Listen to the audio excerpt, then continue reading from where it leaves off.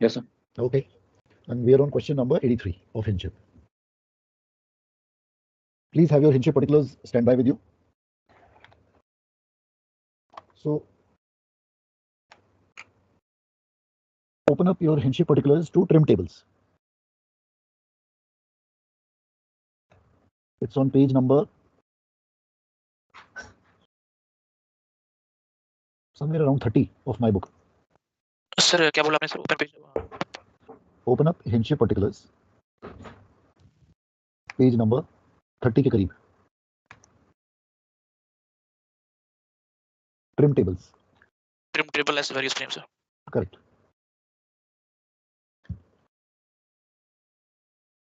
So is everybody there on page number 30?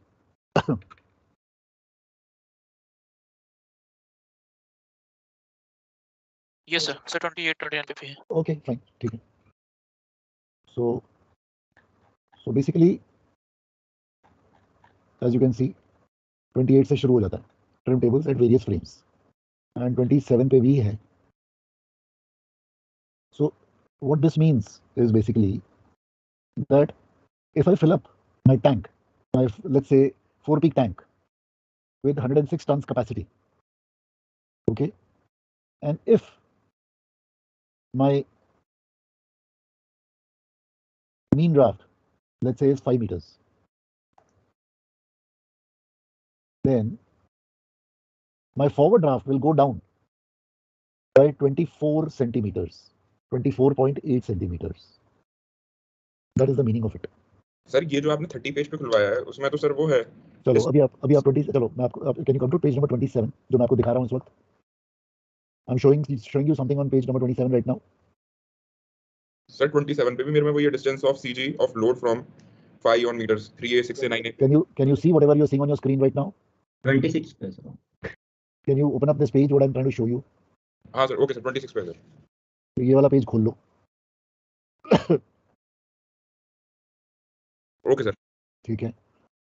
Come to the second line, 4-peak tank. Yes sir. Okay. 4-peak tank के आगे क्या लिखा है? Water ballast. Yes sir. Capacity 106.1 tons. Yes. अच्छा, supposing my draft is 5 meters, mean draft 5 meters. तो forward के आगे क्या लिखा है? Plus 24.8. Plus Plus 24. 24.8 centimeter immersion. ऊपर पढ़ो. Change in draft in centimeter when each tank is filled up. Plus for immersion, minus for opposite of immersion, यानी कि immersion. मतलब coming out. So what does this mean? अगर मैं 4-peak tank को balance करता हूँ full 106 टन, तो मेरा forward draft will go down by 0.248 meters. Do you all agree on that? Yes sir. Yes, sir. And my aft Yes, sir. draft will come up by 0.151 meters. Do you agree to this? Yes sir. Yes sir. Yes, sir. Okay. Now, let me unshare my screen. Okay. Now let me try to reason this out, whatever I just discussed with you. That means मेरा forward draft, aft draft. अगर मेरा draft 5 metre है, supposing मेरा forward draft, video hang हो गई? Nobody can see it? Nice. No, नहीं sir, working चल रही है सर. दिख रहा है. दिख रहा है? तो जरा जिसको नहीं दिख रहा है एक बार जरा लॉग आउट करके लॉग इन कर लो. जस्ट मतलब leave the room and then just come back.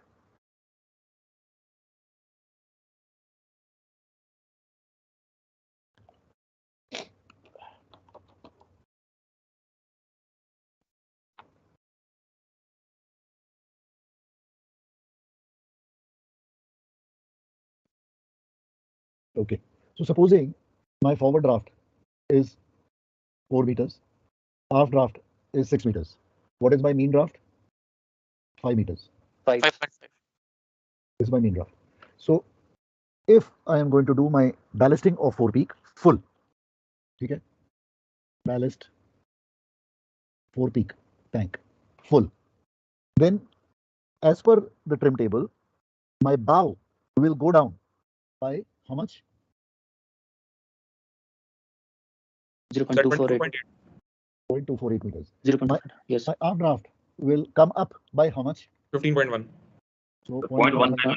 0.15. Do you agree to this? Yes, sir. Yes, sir. Supposing I had deballasted my forepeak, then the sign would have reversed. Opposite हो जाएगा, sir. Yes, sir. Yes, So sir. ये that means my bow would have come up. So that means ये minus होता, ये plus होता. बाकी Yes. सब कुछ same रहता. अगर Yes, सर sir. स्टार्ट करेंगे तो होना है केस, हाँ जी. बट कंप्लीट डिबैलेस्टिंग करेंगे तो ये केस. Yeah, completely ballasting. तो forepeak पूरा. Yes, sir. तो अगर मैंने बैलेस्टिंग करी तो मेरा फाइनल ड्राफ्ट इतना बन जाएगा एंड माय आफ्टर ड्राफ्ट इतना बन जाएगा, जो भी आता है वैल्यू. ठीक है.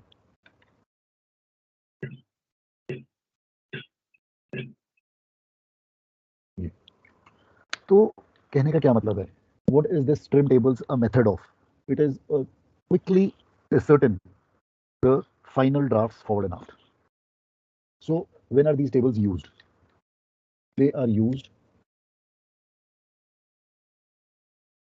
when we are finishing off the loading or discharging. So basically we are talking about topping off time in tanker terms, but when we are topping off, we're just about to complete. So, or we have to finish off load to a certain maximum draft.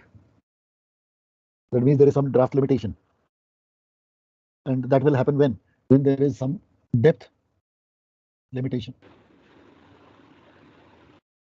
There is some depth limitation.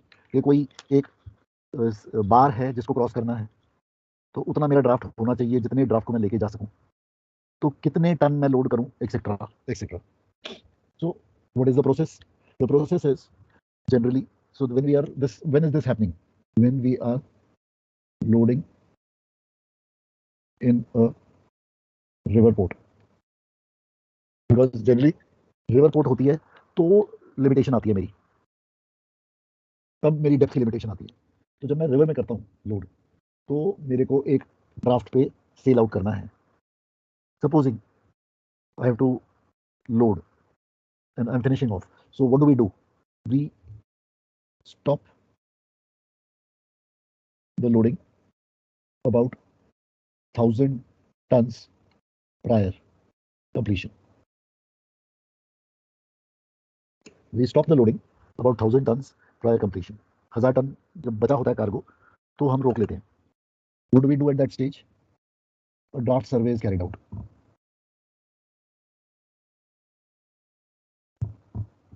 A draft survey is carried out. Actual quantity, actual cargo quantity, balance to load is ascertained. And now at this stage, once this is done, I know 1,000 tons is balance. So what will I do? 800 tons I will load in number 2, where I have space, hold number 2. So that will give me this much change of draft. And the balance I will load in number 5. That will give me another change of draft. And what will be my final drafts forward and aft? अभी मैंने loading करी नहीं है 1000 ton की, मैं ascertain कर रहा हूँ, मैं कैलकुलेट कर रहा हूँ कि कितना मेरा होना चाहिए. ये वो स्टेज है. ये समझ में आया जो मैंने अभी तक बताया? Any doubts? सर पूरा समझ में आया. आपने लाइन बोली थी सर कि 800 टन फॉरवर्ड में डाला तो इतना प्लस हुआ, तो वो कहां से आया 800 टन प्लस करने पे और 200 टन? ओके, बाकी सब ओके ओके. सो ये जो है दूसरा पॉइंट लिखा हाँ सर. जी, दूसरा point topping off time. Topping off और तीसरा सर, तीसरे में मेन ड्राफ्ट लिखा है सर, loading up to certain mean load to a certain maximum draft, certain max draft. Maximum draft. Okay sir. When I have to load to a certain maximum draft with a depth limitation. Okay sir. So पहला point क्या लिखा है? पहला point लिखा है finishing of loading oblique discharging. ठीक है. तो ये पहला पॉइंट सेम सेम है लगभग. हाँ जी, पहला और second point almost same same है ना, टॉपिंग ऑफ और फिनिशिंग ऑफ बराबर है. बिल्कुल ये 1 और 2 एकदम सेम सेम है. Yes sir. लास्ट में लिखा लास्ट लाइन है stop loading 1000 tons prior completion. ये अप्रोक्सीमेट है, ये 1000 tons is approximate. It can be 500, it can be 800, it can be 600, depends on the size of the ship. So stop loading 1000 tons prior completion oblique draft survey is then carried out. मतलब इस completion यहाँ पे रोक दिया मैंने, अब draft survey करी. अब draft survey में क्या हम calculate करते हैं? Actual cargo quantity balance to load is ascertained. मतलब एक्चुअली सर हमें ऐसा ही करना चाहिए क्योंकि नॉर्मली शिप पे प्रैक्टिस है कि सीधा लोडिंग नहीं रोकते, कर लेते हैं. हाँ, अब now the question which comes across is कि डिपेंड करता है कि अब जैसे कि टैंकर्स में क्या होता है, हम लोग में कोई डेप्थ की कोई प्रॉब्लम नहीं है. ओके, तो भाई मुझे पता है कि मेरा मैक्सिमम ड्राफ्ट 10 मीटर होना है, डेप्थ की प्रॉब्लम ही नहीं है, कोई 14 मीटर तक है मेरे पास depth, so I got no issues, right. But supposing you are loading in Saint Lawrence river for example, और you are loading in Haldia at Haldia oil jetty and there is a limitation. Now अब कैसे करोगे? Supposing there is a limitation, like हमारे time पे जब हम लोग Haldia oil jetty पे लोड करते थे तो लिमिटेशन होती थी 10 मीटर से ज्यादा लेता नहीं था हल्दिया ऑयल जेटी. अब जी सर, अभी भी आजकल वो बाहरी बार्जेस पे डिस्चार्ज करते हैं, फिर हाँ, लाइटनिंग करके अंदर लेके जाते हैं. बस वो लाइट रेंज हमारे टाइम पे वो लाइट रेंज अलाउ नहीं थी, तो इसलिए हम हल्दिया ऑयल जेटी पे जब जाते थे तो ड्राफ्ट रिस्ट्रिक्शन होती थी 10 मीटर की, बस बात खत्म. तो पॉइंट मेरा ये है कि अगर 10 मीटर की मेरी ड्राफ्ट रिस्ट्रिक्शन है और एक टाइम के साथ मुझे बाहर भी निकलना है, तो मैं अगर 10 मीटर पे लोड कर रहा हूँ तो, और मुझे मैक्सिमम कार्गो भी लोड करना है एट द सेम टाइम दोनों, तो I don't want to exceed 10 meters. So what will I do? How will I ensure that I don't exceed 10 meters and yet I maximize my cargo? So जब मैं 10 metre पहुंचने वाला हूँ, यानी कि मैं उसे 1000 टन पहले रोक लूंगा कार्गो को, एक ड्राफ्ट सर्वे करूंगा, एंड उसके बाद फिर मैं वो 1000 टन को कैसे डिस्ट्रीब्यूट करूंगा वो करूंगा, and then I will carry on. That's how we do. So on tankers we didn't do so much of a problem. Bulk carriers में if you are loading in river it's always a problem in a river where you have a draft restriction. If you don't have a draft restriction then there is no issue. तो आप load कर दो, बिंदास, कोई problem नहीं है. But generally when you have to, because you have to load, you have to sail out at a certain trim और you have to arrive at the next port with a even keel condition और a certain trim, then you have to do this what you जैसे कहते हैं quickly certain, the quick fire way of ascertaining your draft. So this was how this is done. Your load indicator is programmed with this information, trim tables information. So your load indicator is programmed for this. If your load indicator is not working, what will you do? Will you stop loading? What will you do? You'll use trim tables. So how do you do that? So how do you do it? So let us now see that with this information given to us. So for the holds,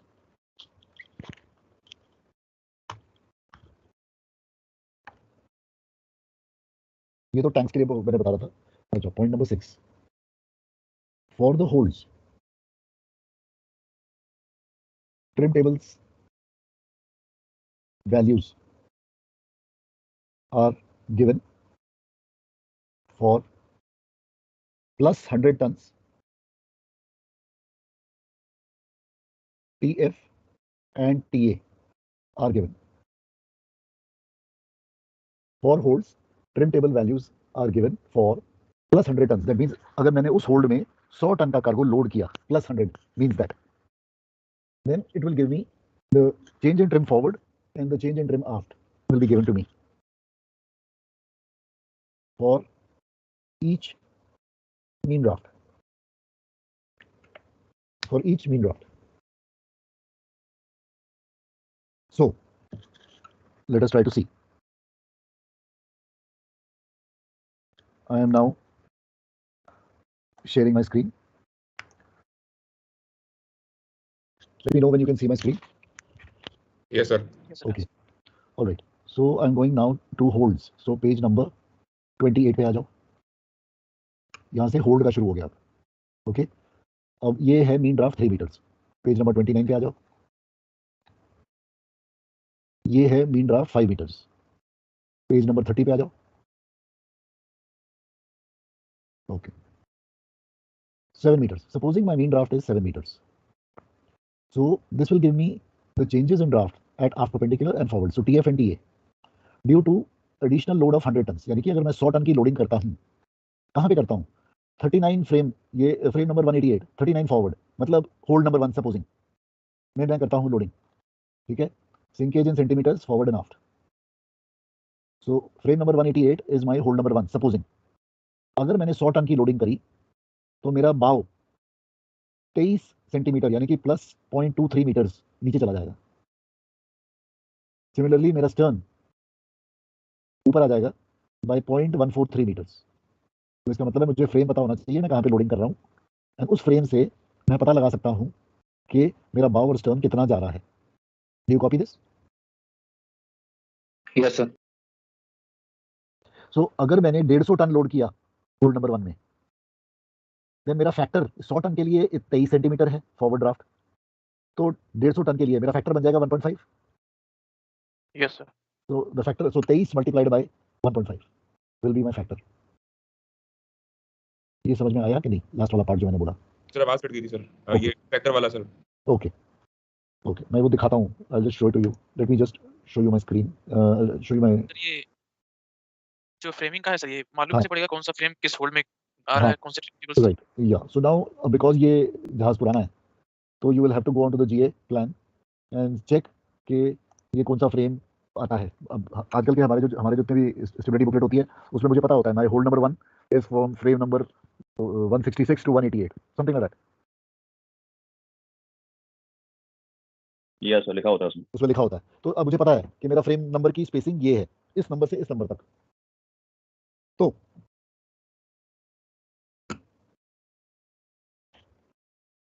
so forward draft, of draft, let us से 7 meters is my mean draft for 100 tons in hold number 1, and I'm talking about frame number supposing 188, supposing ये भाई ऐसी मैं random ले रहा हूँ। 100 tons के लिए my TF and TA for 100 tons is plus 23 and TA is minus 14.3. Is this line okay with everyone? ठीक है सर, टेबल से ले लिया। ये मैंने टेबल से ले लिया, यहाँ तक ओके है? Yes sir. Everybody can see my board? So for 100 tons, this is the figure. So for 150 tons, how much will be my value? That means my factor is 1.5x. Agreed? That means for 100 ton इतना है, तो 150 ton के लिए कितना होगा? तो मेरे को इसको मल्टीप्लाई करना पड़ेगा by 1.5. This will give me the value. So 23 and 11, that means plus 44 के करीब, and this will be 14 and 7, 21, 21.3 approximately. Do you agree to these values? Yes sir. Okay. अगर मैं होल्ड नंबर 1 में लोडिंग करता हूँ 150 ton की, तो मेरा forward draft will become 0.44 meters plus and my aft draft will become 0.213 meter minus. This is for 150 tons in hold number 1, frame number 188. So ये मैंने 150 टन इसमें डाल दिया। अब सपोजिंग मैंने अब 250 टन डाला होल्ड नंबर 4 में, जिसका फ्रेम नंबर सपोजिंग 75 है, और इसमें मैंने 250 टन डाला, तो कितना होगा? सेम मेथड मैं इसके लिए करूंगा। 2.5 विल बी माय फैक्टर। जो भी आएगी वैल्यू वहां से लूंगा टेबल से। हाँ सर। जो भी वैल्यू आएगी उसको 2.5 से मल्टीप्लाई करूंगा, सेम फंडा यूज करूंगा, डिवाइड बाय 100 करूंगा और यहाँ पे डाल दूंगा। Yes. सो कहने का क्या मतलब है, ये प्लस ये माइनस, फिर ये माइनस ये प्लस, ऐसे मैं करते हुए जाऊंगा, एंड लास्ट में मेरा final draft forward and final draft aft होगा। ये मेरे को मेरे कंप्लीशन ड्राफ्ट दे देगा। ओके। जो अच्छा सर, जो आप 800 बोल रहे थे वो तो 8 टाइम्स फैक्टर हो गया उसका, हाँ। तो 8 का उसमें ट्रिम लगा दिया, और जो हाँ। 200 टन पीछे डाल रहे हैं तो उसका फ्रेम नंबर से 202 फैक्टर ले लिया और फाइनल से ड्राफ्ट ले लिया। करेक्ट? Absolutely right. अगर मैं 800 टन डाल रहा हूँ तो उसका फैक्टर 8 हो जाएगा, हाँ सर। वो मल्टीप्लाइड बाय 8 हो जाएगा। जो भी मैं कर रहा हूँ, जो भी मैं प्रोसेस कर रहा हूँ, जितना भी मैंने कार्गो डिस्ट्रीब्यूशन करा है, करना चाहता हूँ, तो उसको मैं चेक कर रहा हूँ ताकि ये मेरे ड्राफ्ट्स, क्या मेरे ये ड्राफ्ट्स मेरे को सूटेड हैं for getting out of the load port. I have to check that out. Sir एक क्वेश्चन ये था सर, जैसे जो ट्रिम टेबल है सर वो 5 और 7 पे दे रखी है, ये तो राउंड ऑफ नंबर हो गए, बट ऐसा तो प्रैक्टिकल नहीं है, तो बीच में हम इंटरपोलेट कर सकते हैं? तो वहाँ पे इंटरपोलेट यहाँ पे कर सकते हैं। एक्चुअल में शिप पे हमारे पास 5, 5.25, 5.5, ओके 6, 6 हर एक का होगा। ओके ओके, यहाँ पे इंटरपोलेट कर लेंगे, वहाँ पे होगा। यहाँ पे इंटरपोलेट कर लेंगे, वहाँ पे होगा मेरे पास। ठीक है जी। ठीक है, is that okay? Anybody has any doubt in understanding कि मैं क्या कर रहा हूँ? Clear है?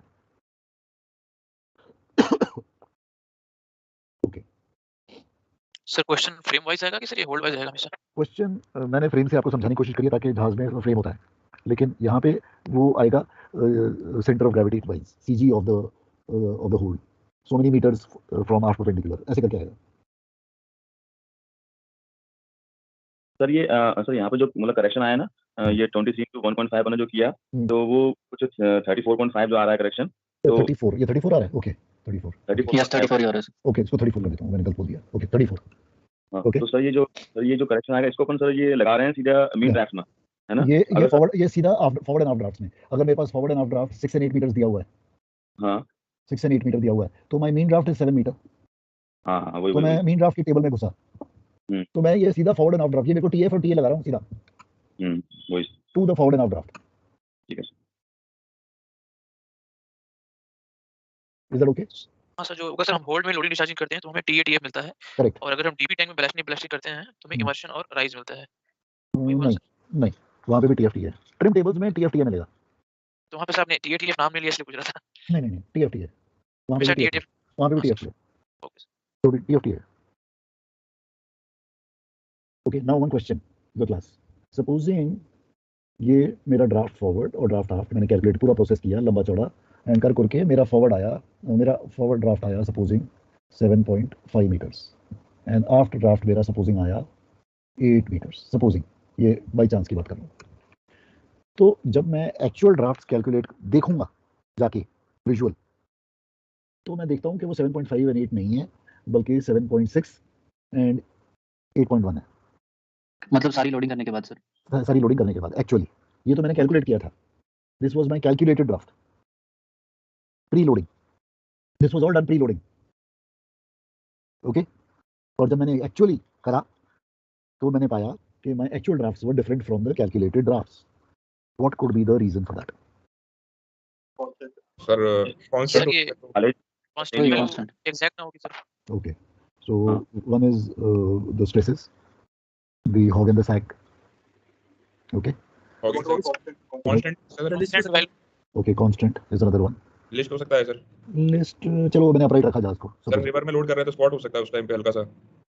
मैं मूव तो नहीं कर रहा हूँ, मैं तो अलॉन्ग साइड ही बैठा हूँ। नहीं सर, पानी तो नीचे से मूव कर रहा है, स्पॉट तो उस कंडीशन में भी लगाते हैं ना सर। ओके चलो ठीक है, 5 नॉट का करंट है तो 4-5। ओके अगर करंट बहुत ज़्यादा है तो चलो ठीक है। तो बेसिकली ये जो कैलकुलेशन, ये वाला जो फिगर है, ये 23, ये 14.3, ये यार्ड ने जो लिया है और ये जो कैलकुलेट, ये जो वैल्यूज हमको दी हैं इसमें, ये उसने एट अ सर्टेन टीपीसी लिया है। Yes sir. हाँ सर, ये सर। अब वो टीपीसी तो बदलता रहेगा क्योंकि मेरा मीन ड्राफ्ट 7 मीटर तो नहीं है, मेरा तो मीन ड्राफ्ट बढ़ता जा रहा है, वाटर प्लेन एरिया चेंज होता जा रहा है, करेक्ट सर। तो मेरा वाटर प्लेन एरिया चेंज होता जा रहा है, यस सर, क्योंकि मेरा वाटर प्लेन एरिया चेंज होता जा रहा है तो मेरा टीपीसी चेंज हो रहा है। Yes sir. तो मेरे कॉन्सिक्वेंटली मेरे ये वैल्यूज जो हैं ये भी चेंज होते रहेंगे, होने चाहिए बट नहीं होते। सो एज अ रिजल्ट ये जो मेरा ड्राफ्ट आएंगे, they are giving me approximate completion drafts. They are giving me approximate completion drafts. पर सर हम ड्राफ्ट के हिसाब से तो कर रहे हैं इसका कैलकुलेशन। ड्राफ्ट से कितना सर कर रहे हैं, लेकिन मैं तो 7 मीटर पे कर रहा था, लेकिन अब तो मेरा ड्राफ्ट जो है 7.7 आ चुका है। वो तो ठीक है सर, मेरे पास तो टेबल ही 7 मीटर का बट प्रैक्टिकली वी हैव मेरे द पास तो ड्राफ्ट टेबल, एज पर्टिकुलर ना sir. practically we have the drafts for तो the ये कि अगर ट्रिम टेबल में ड्राफ्ट 7 मीटर का ही रहेगा वो तो हमारा जितना शिप हमारा can hold maximum draft. Right, लेकिन मेरे पास वहाँ पे जो ड्राफ्ट्स होंगे वो 7.5 के होंगे या 7.7 का होगा, बट 7.55 का नहीं होगा। ओके, या 7.60 का नहीं होगा, या 7.62 का नहीं होगा। कंटीन्यूअस चेंज होगा वो तो सर। वो तो कंटिन्यूअसली चेंज होता रहता है, it's a continuous evolving process. So as a result the values which I get from this calculation is an approximate completion draft calculation. That is, it is an understood thing. It is an understood thing. ये approximate है, ये exact नहीं है। So इसका main reason only TPC or several reasons are there? Several reasons are there. The stresses are there, hog sag is there, TPC is there, stresses are there, all the factors which you listed, all of them are there. Scott is there, you said Scott, that is also there. If you're in the river with a high current, Then if you're in a river, the density of the water keeps changing. उसकी वजह से भी हो सकता है. Yes. So basically कहने का मतलब ये है कि इससे आपको approximate मिलता है, ये exact नहीं है. So you have to be very clear in your mind on that. ठीक है? Is that okay? Sir same thing happens with the loadicator ना, जो Same, ड्राफ्ट आते हैं मतलब है ना, बिल्कुल ठीक, वो भी बिल्कुल ठीक. उसका डिफरेंट है. Absolutely right. लोडिकेटर बेसिकली यही वैल्यूज को लेके ही बने हैं जो यार्ड ने दिए हैं. तो हमारा लोडिकेटर भी यही करता है. सर वो मतलब वो तो सर वो नहीं करता सर टीपीसी वगैरह का एस्टिमेशन, वो तो कर लेना चाहिए सर. लेकिन वो चेंजेस नहीं कर पाता. अच्छा. वो सर चेंजेस जो नहीं कर पाता. लोडिकेशन का जो करेक्शन हम एस्टिमेट रखते हैं कि इतना हाँ. ऐड करना है, इतना सब्ट्रैक्ट करना है, हाँ. नॉर्मली जो प्रैक्टिकल में रखते हैं वो हम्म. तो सर कांस्टेंट रखते हैं, हम्म. तो ड्राफ्ट के हिसाब से रखते नहीं हम उसे. हम्म. सर जो नॉर्मली जो रखते हैं कि सर 0.25 पोस्ट फॉरवर्ड में इतना करेक्शन है, 0.3 आउट में करेक्शन है लोडिकेटर, हाँ. जो हमारा ड्राफ्ट आ रहा है इंडिविजुअल ड्राफ्ट में, हम्म. वो तो हमारे ड्राफ्ट के हिसाब से तो होता नहीं है. अगर 7 मीटर का ड्राफ्ट है तभी उतना करेक्शन ऐड करेंगे, 10 मीटर का ड्राफ्ट तभी उतना करेक्शन ऐड करते हैं. So therefore वहाँ पे फिर वो बात हो जाती है कि basically you know the experience factor of your loadicator, right? You know कि मेरा loadicator का इतना मेरा differential आता है from the actual, हाँ right? Sir. So therefore you know कि इसका इतना experience factor है इस loadicator का जब जहाज fully loaded है. Similarly you also know the experience factor of the loadicator when the ship is empty. Yes sir. So therefore you allow for that experience factor and then you predict and extrapolate and then tell okay, what will be the actual final drafts, which is also an approximate one, but it is a more accurate one because क्यों? क्योंकि आपने उसमें अपना experience factor घुसा दिया.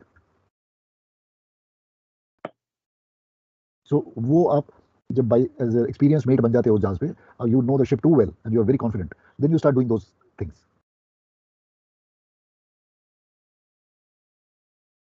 Sir एक ऐसा doubt है सर, जहाज पे सर धीरे-धीरे मतलब ना ड्राई डॉक से पहले काफी सारा मड और सेडिमेंट सर इकट्ठा होता है, मतलब बेलास्ट टैंक में भी और ऑयल टैंकर्स में, अपने क्रूड ऑयल टैंक्स में भी. तो सर अपन तो उसका मतलब कुछ नापते नहीं है उसमें, अपन जो करें उतना ही करते हैं, तो इस वजह से भी थोड़ा डिफरेंस आता है ना.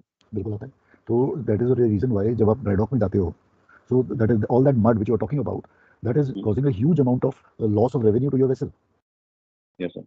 So therefore on these old ships जब हम 20 year assess करते हैं स्पेशल सर्वे, तो it's a good practice to tell your company कि let us open up the bottom plating of couple of dBs. Okay, open up means cut कर देते हैं उसकी bottom plating, एक प्लेट को काट देते हैं bottom से, ठीक है, and hose it down, that dB is hosed down.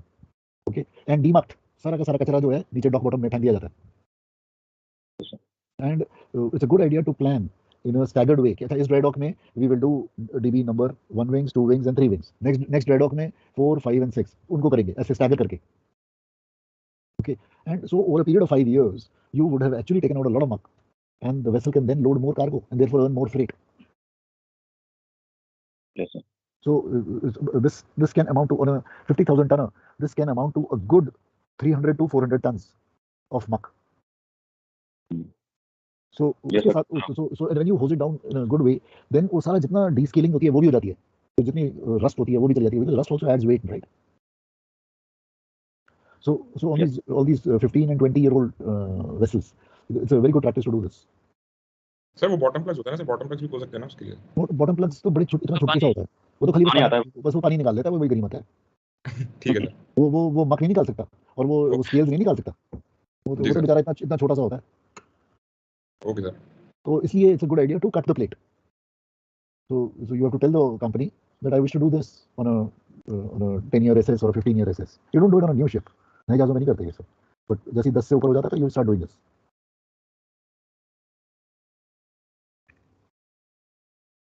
ठीक है, is that okay? Yes sir. So ये चीज़ बड़ी common है. Now keeping this in mind, let us come to question number 83. So question number 83 में अब वो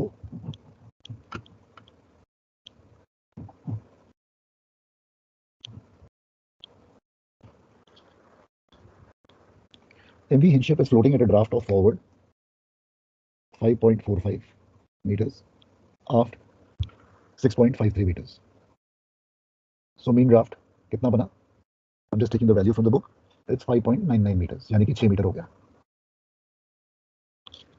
And now it is going to fill up number 1 DB tank with water ballast. So DBT 1 is filled up with water ballast tank. So how much will be the change in draft? So go to DB number 1. Go to DB number 1 on page number 27. Water ballast. So now you will have to do the interpolation for 6 meter, right? 31.8 and 30.2. 31. 31.8 and 30.2. So mean is 31. So plus 31. Yes, sir, Do 31. you all agree on this? So plus 0.31. Aft is 15.1, no, sorry, 80.3 and 16.4. So differential of about 2. So 1. So 17.3. 17.3 या 17.4 ले लो. So 17.3. minus 17.3. Okay. So 173. Is this okay? Yes, sir. So that means at the end of this operation, this will be my final drafts. Then उसके बाद she has discharged 120 tons of cargo from number 2 twin deck.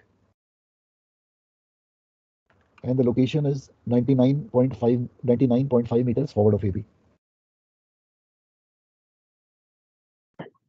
Forward of AP. Now you go to 90 for 6 meter mean draft. So I'm going to 6 meter now. 5 का है मेरे पास and 7 का भी है, तो 6 का मुझे मीन लेना पड़ेगा. And I have to go 99.5 meter forward of aft perpendicular. ठीक है. अब 99.5 meter forward of aft perpendicular. Now कैसे लोगे? कैसे लोगे? Tell me. So the first column, नहीं, first column देखो, distance of CG of the load from midship in meters. Okay. So 3 aft, 3 forward. The LBP of hinge is 143. So midship will be 143 divided by 2. That is 71.5. Agreed? Yes, sir. 71.5. तो sir ये centre से आगे पीछे ये midship से आगे पीछे है, इसमें दिया Okay, हुआ, इसलिए मैं कर रहा हूँ ये. ठीक है. 99.5 minus 71 कितना बना? 99.5 minus 71 27.9. 27.5 के करीब सपोजिंग. तो मुझे 27 मीटर्स फॉरवर्ड ऑफ मिडशिप जाना है. सर 58 पे आ गया सर. तो मैं 27 मीटर्स फॉरवर्ड पे चला गया, यानी कि फ्रेम नंबर 126 पे चला गया मैं. Yes. Agreed or no? Sir समझ नहीं आया था आपको. नहीं आया समझ, नहीं समझ आया. नहीं सर, समझ नहीं आया, दोबारा बताइए सर. अच्छा.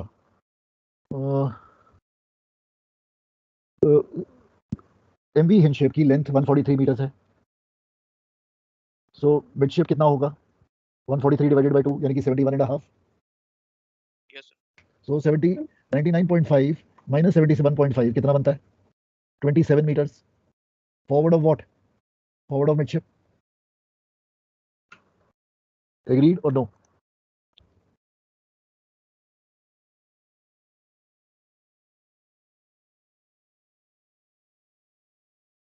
हाँ जी.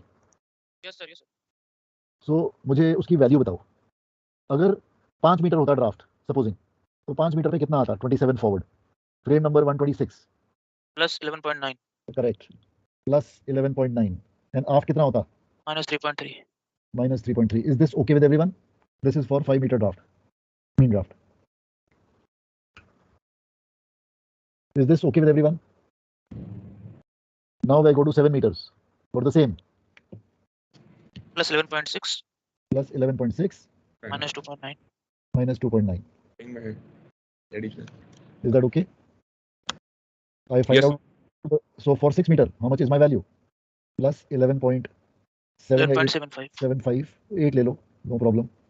And minus 0.4 का differential 0.2, 3.1. Agreed? Yes, sir. Yes, sir. ये 100 टन के लिए है.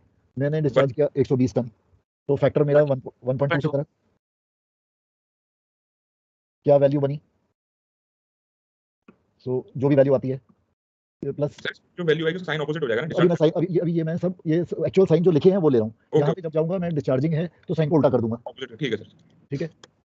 तो इन रियलिटी ये मेरा साइन जो है अभी प्लस चल रहा था, ये माइनस हो जाएगा क्योंकि मैं आगे से डिस्चार्जिंग कर रहा हूँ. Yes sir. ये मेरा प्लस हो जाएगा क्योंकि मैं आगे से डिस्चार्जिंग कर रहा हूँ. Yes sir. So 11.8 into 1.2 क्या वैल्यू आती है? 14.16 14.16. तो two places to the left मैंने किया, तो forward draft 0.142. Is that okay with everyone?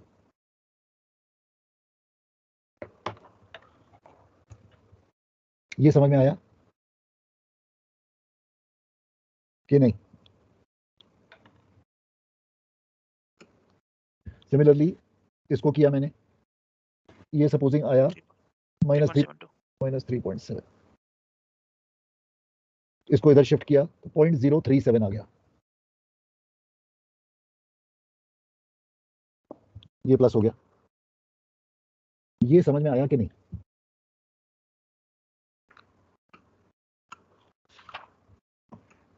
यानी कि मैं ऐसे करते हुए जाऊंगा for every weight that I am discharging और लोडिंग, एंड फाइनली मेरे को मेरा final approximate draft forward and approximate draft aft मिल जाएगा। सर कभी-कभी केस ऐसा भी हो सकता है कि सर ड्राफ्ट पॉइंट में ये फ्रेम पॉइंट में भी आ सकता है सर 0.5 करके। ऐसा नहीं है क्या मतलब? सर आज सर 27 आया था ना सर 99.5 माइनस 71.5। हाँ। तो अगर सर 99 सपोज दे देता सर लोडिंग का वो हाँ। तो 27 हो जाता सर 27.5 होता सर वो, तो भी लोकेशन वही रहेगी। तो सर मैं इंटरप्रेट करना पड़ेगा इसको कि नहीं, हम लोग नहीं, उसको नहीं करना। So basically you will get your final approximate drafts forward and aft, and whatever you are asking me, you will take whatever is the nearest location that is given to you. You will take that only. You will not. Sir ये main draft हर condition में change होता रहेगा ना? बिल्कुल ठीक, consider नहीं यही करेंगे? बिल्कुल करना है, बिल्कुल करना है। ये मीन ड्राफ्ट हर कंडीशन में चेंज होता रहेगा। You are absolutely right on that. So इसके बाद में ये मीन ड्राफ्ट बन जाएगा, मतलब ये 5.76 बन जाएगा और ये कुछ और बन जाएगा।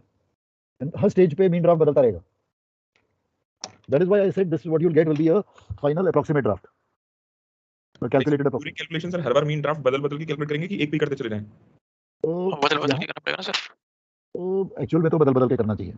और सर एग्जाम पर्पस में वही करना पड़ेगा सेम, लेकिन एक बार हां ठीक है, एग्जाम पर्पस के लिए एक ही करना पड़ेगा। एक स्टेप तो कम हो जाता है सर। हां, लेकिन एक्चुअल में on board you have to do it each time. ठीक है sir. So therefore one of the limitations of this method is you can't use it for large loading. मतलब अगर मैं 5000 टन लोड कर रहा हूं, I can't use it. हां sir, तो लास्ट में जो आपने बताया छोटे-छोटे पार्सल के लिए रह जाएगा। बस ये वो छोटे वाले जो पार्सल है उसी के लिए रह जाता है आखिर का, ताकि मैं अपनी एक फाइनल ट्रिम निकाल सकूं जो मेरे को चाहिए, जिससे कि मेरे को डिपार्चर करना है। Yes sir. So generally when you load in rivers ना, तब ये बहुत काम आता है। Like when I've done it a lot many times in St. Lawrence River and all that, we used to do that. So वहाँ पे ये बड़ा यूज होता था इसका। But nowadays when you have such fantastic lodicators and all that, you don't need this. इतना ज़्यादा नहीं है उसका use. Yes sir. So also depends on which quantities are going to be calculated. You know, sometimes there's a dispute between the ship's quantity and the shore quantity. And आजकल तो charter parties में directly लिख दिया जाता है कि shore figure will be taken into account, irrespective. Ship's figure doesn't have any value. हाँ But so उस पे भी मैटर करता है बहुत। दूसरा सर वो 0.3 क्लॉज रहता है तो वो भी एक्सेप्टेबल लिमिट में डाल के छोड़ देते हैं। वो भी है। So it depends on which port you're loading where and which final figures will be taken. Will the ship's figure be taken or the shore figure be taken? So उस पे बहुत मैटर करता है। तो ठीक है, ऑलराइट सर। हाँ जी sir सुबह सर आप जब वो वाला डाउट बता रहे थे ना, मेरा बीच में नेटवर्क अटक गया था। सर ये वाला जब क्रिटिकल पीरियड वो ग्राउंडिंग में सर जो वो पी का फार्मूला लेना है ना सर, उसमें सर ये लॉन्ग फार्मूला क्यों नहीं लेना? और ये उस टाइम आप जो एक्सप्लेन कर रहे थे वो बीच में बार-बार अटक रहा था। बिकॉज़ मेरे पास जो लॉन्ग फार्मूले का राइट हैंड साइड तो मुझे दिया ही नहीं है क्वेश्चन में। सर वो हाइड्रोस्टैटिक ड्राफ्ट का अगर हम लोग मतलब वो मीन मतलब कैसे वो मान लें तो वो नहीं होगा sir fall of water line?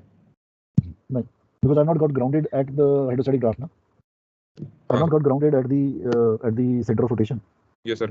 If I had got grounded at the center of rotation, then whatever you are saying holds good. Yes sir. But I got grounded somewhere else. हाँ वो तो ठीक है सर। इसलिए। ठीक है sir. That's why. Okay sir. चलो, let's stop here. Okay.